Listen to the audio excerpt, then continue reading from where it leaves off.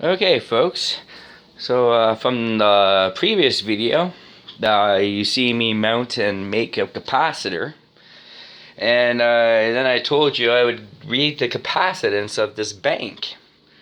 And also, I'll teach you a little bit about series and parallel capacitors when you link them together between as series or parallel. Now, as you can see, the bank is hooked up.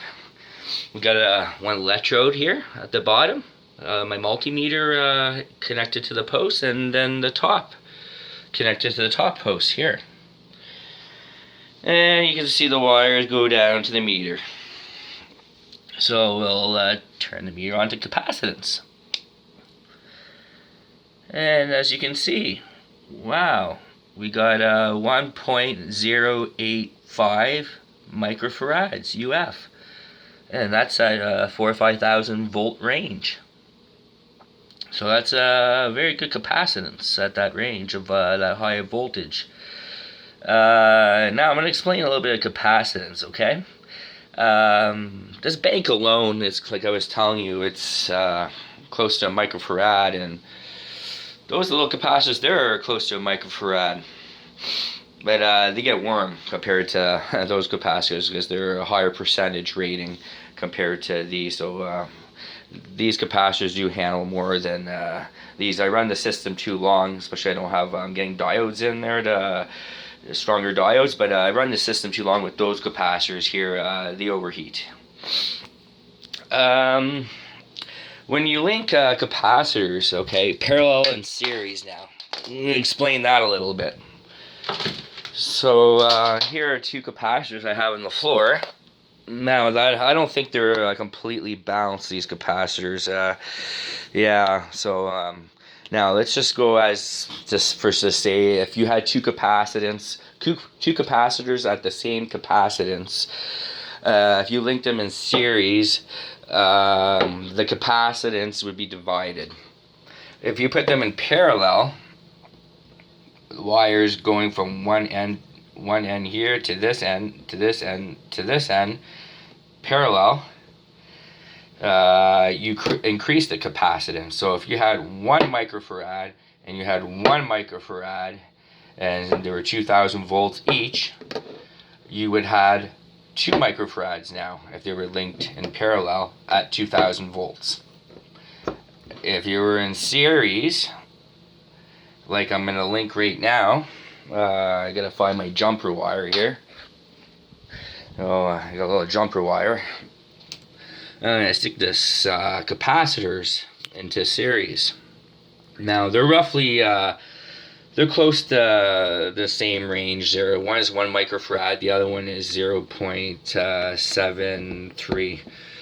So when we put them in series, we're gonna get half the capacitance. So if they were both 1 microfarad each, it would only be 500 nanofarads because it's in series. So now, if I put the meter on and we're going to check it, let's see if I can do this without dropping the leads to show everybody. Oh. That's Murphy for you. Oh, okay. We're just gonna get jumpers. I mean, alligator clips. Alligator clips always work out well. Just bear with me. Let's get one more alligator clip, possibly, if we can't do it like this.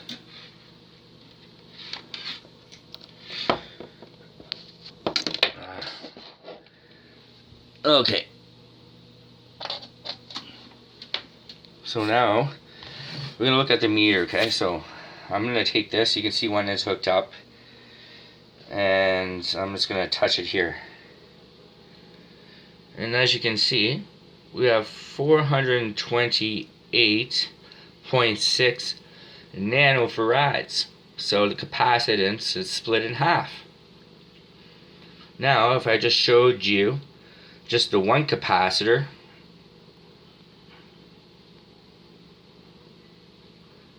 you can see 1.0 microfarads.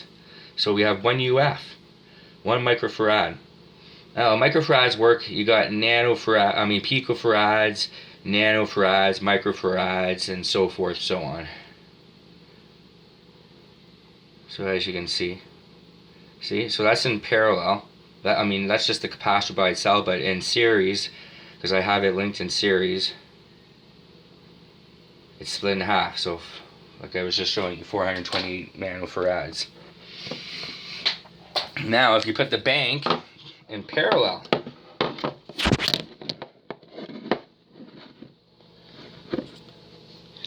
so we're going to put the bank in parallel now.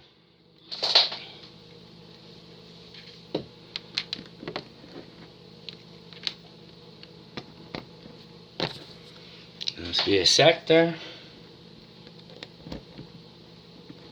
So now the bank is going to be in parallel. So as you see, I don't have it hooked up yet. Now we're going to take the meter lead, and it's hooked up in parallel. So as you can see, I got the white going to one side, I got the jumper going like that. So now we're going to measure the capacitance. We should have almost 2 microfarads. And as you can see, 1.759. And I was always telling you, both capacitors are not even. So it's adding up the one capacitor, that's 7.6 nanofarads, and it's adding up the 1 nanofarad, the 1 microfarad capacitor to equal the 1.76 microfarads. So there you go, folks. That's a little bit about capacitors and values and capacitance.